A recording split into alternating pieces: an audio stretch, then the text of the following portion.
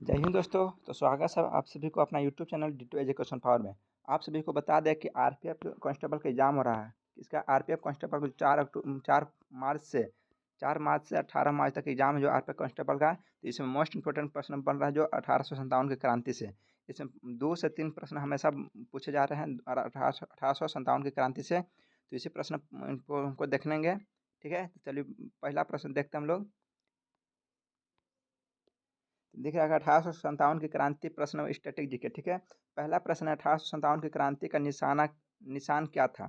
तो इस निशान जो था कमल और फूल की रोटी। ठीक है, क्या था 1857 की क्रांति का निशान क्या था, कमल और फूल की रोटी। अगला प्रश्न है 1857 की क्रांति के समय भारत का गवर्नर कौन था। तो जो गवर्नर था लॉर्ड कैनिंग। ठीक है, अगला प्रश्न है 1857 की क्रांति के समय ब्रिटेन का प्रधानमंत्री कौन था। तो ब्रिटेन का प्रधानमंत्री कौन था, तो लॉर्ड पाम अस्टर्न। ठीक है, कौन था, लॉर्ड पाम अस्टर्न। अगला प्रश्न है हड़प नीति को अपनाने वाला अंग्रेज अधिकारी कौन था। तो जो लॉर्ड डलहौजी। कौन था, लॉर्ड डलहौजी। अगला प्रश्न पंचवा है भारत में ईस्ट इंडिया कंपनी का शासन का अंत कब हुआ था। तो वो जो हुआ था 1857 में हुआ था। कब हुआ था, 1857 में हुआ था। अगला प्रश्न है 1857 की क्रांति को अन्य किस नाम से जाना जाता है। तो प्रथम भारतीय स्वतंत्रता संग्राम के नाम से जाना जाता है। ठीक है, अगला प्रश्न है 1857 की क्रांति के प्रभाव का मुख्य क्षेत्र कौन सा था। तो जो क्षेत्र था उत्तर एवं मध्य भारत। ठीक है, अगला प्रश्न देखिए railway previous year most important question होने वाला है। ठीक है, 8वां प्रश्न है 1857 का विद्रोह ब्रिटिश सरकार को उखाड़ फेंकने के लिए भारतीय जनता क्रांति यह किसने कहा था। तो ये जो कहा था कार्ल मार्क्स ने। ठीक है, अगला प्रश्न 9वां है किस भारतीय इतिहासकार ने 1857 की क्रांति को प्रथम स्वतंत्रता संग्राम की संज्ञा दी थी। तो ये दी थी वी.डी. सावरकर। कौन था, वी.डी. सावरकर। अगला प्रश्न 1857 की क्रांति के प्रमुख कारण कौन से थे। तो राजनीतिक कारण, सामाजिक एवं धार्मिक कारण, आर्थिक कारण, सैन्य कारण, तत्कालिक कारण। ठीक है, अगला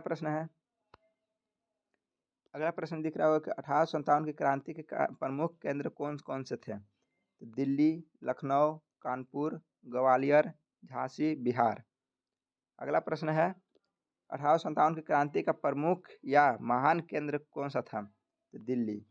ठीक है, अगला प्रश्न 13 1857 की क्रांति को एक संयंत्र की संख्या किसने दी थी। तो जेम्स आउट्रम एवं डब्ल्यू टेलर। कौन था, जेम्स आउट्रम एवं डब्ल्यू टेलर। ये जो मोस्ट इंपोर्टेंट क्वेश्चन है। ठीक है, आरपीएफ के दृष्टिकोण से।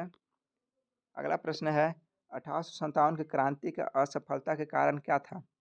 तो कुशल नेतृत्व की कमी, एकता का अभाव, सीमित संसाधन, सुनियोजित योजना का अभाव, संगठन की कमी। ठीक है, अगला प्रश्न है, ये जो बड़ा प्रश्न हो गया है, सॉरी दोस्तों। अगला प्रश्न है 1857 की क्रांति न तो प्रथम, न ही राष्ट्रीय और न ही स्वतंत्रता संग्राम किस इतिहासकार ने यह माना। तो आर.सी. मजूमदार। कौन था, आर.सी. मजूमदार। ठीक, अगला प्रश्न है 1857 की क्रांति के भामाशाह के रूप में किसे जाना जाता था। तो अमरचंद्र बांठिया। ठीक है, किसे जाना जाता था, अमरचंद्र बांठिया के। अगला प्रश्न 1857 की क्रांति को किस उर्दू कवि ने देखा था। तो मिर्जा गालिब। ठीक है, अगला प्रश्न 1857 की क्रांति का आरंभ कहाँ से व कब हुआ। तो मेरठ से 10 मई 1857 के। मोस्ट इंपोर्टेंट क्वेश्चन आरपीएफ के दृष्टिकोण से। ठीक है, मेरठ से 10 मई 1857 में हुई थी। अगला प्रश्न है अगला प्रश्न है 1857 की क्रांति की शुरुआत कैसे हुई थी। तो सिपाहियों के विद्रोह से। कैसे हुई थी, सिपाहियों के विद्रोह से।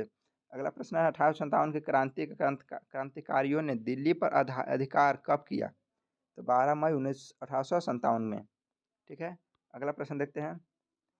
अगला प्रश्न है 1857 की क्रांति का तत्कालिक कारण क्या था। तो चर्बी लगे कारतूतों का प्रयोग। ठीक है, अगला प्रश्न चर्बी के युक्त कारतूत सर्वप्रथम कौन सी बंदूक में उपयोग किए गए थे।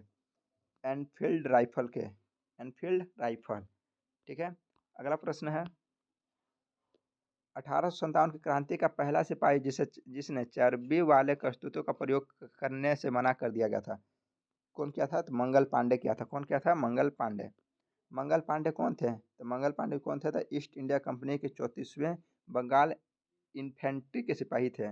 ईस्ट इंडिया कंपनी के 34वें बंगाल इन्फेंट्री की सिपाही थे। अगला प्रश्न है 1857 की क्रांति के बैरकपुर छावनी का नेतृत्व किसने किया था? तो ये जो किया था मंगल पांडे किया था। ठीक है,